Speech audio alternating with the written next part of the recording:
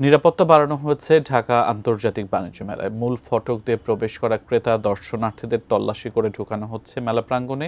এছাড়াও সপ্তাহের দ্বিতীয় কর্মদিবসে মেলায় ক্রেতা দর্শনার্থীর সংখ্যা তুলনামূলক কম। আরও বিস্তারিত জানাতে মেলা প্রাঙ্গণ থেকে আমাদের সাথে সরাসরি যুক্ত হচ্ছেন আমাদের নারায়ণগঞ্জ প্রতিনিধি হাসান মজুমদার বাবলু। বাবলু, মেলার দ্বিতীয় এই সপ্তাহের কর্মদিবসে দর্শনার্থীর সংখ্যা তুলনামূলকভাবে কম। আপনার পেছনেও দর্শনার্থীর সংখ্যা কমই দেখছি। আর নিরাপত্তা ব্যবস্থা সম্পর্কে আমাদের জানাবেন।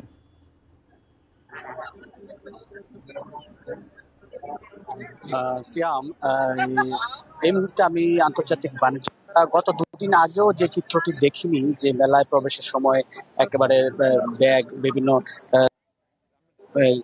যে যার সাথে করে নিয়ে এসছেন যে জিনিসগুলো, সেগুলো তল্লাশি করার চিত্র আমরা দেখি। তবে আজ আমরা মেলায় প্রবেশ করেই যে ভিন্ন চিত্র দেখেছি, যে মেলায় ক্রেতা দর্শনার্থী যারাই প্রবেশ করছে তাদের কিন্তু এই গেটের অর্থাৎ গেটে যারা রয়েছে মেলা কর্তৃপক্ষ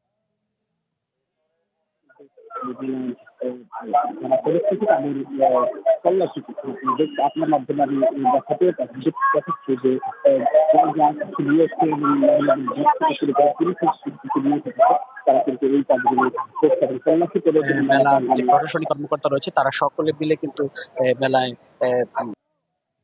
আমাদেরকে যে জিনিসটা আমরা পাঠিয়ে যাবে বলেছি যে কিছুদিনের মধ্যে কিন্তু সামনে আগামী জাতীয় সংসদ নির্বাচন, সেই নির্বাচনকে ঘিরে কিন্তু কোনো ধরনের মেলা প্রাঙ্গণে কোনো ধরনের নাশকতার জন্য শিক্ষা না এবং মেলাতে যারা প্রবেশ করছে তাদের নিরাপত্তার জন্য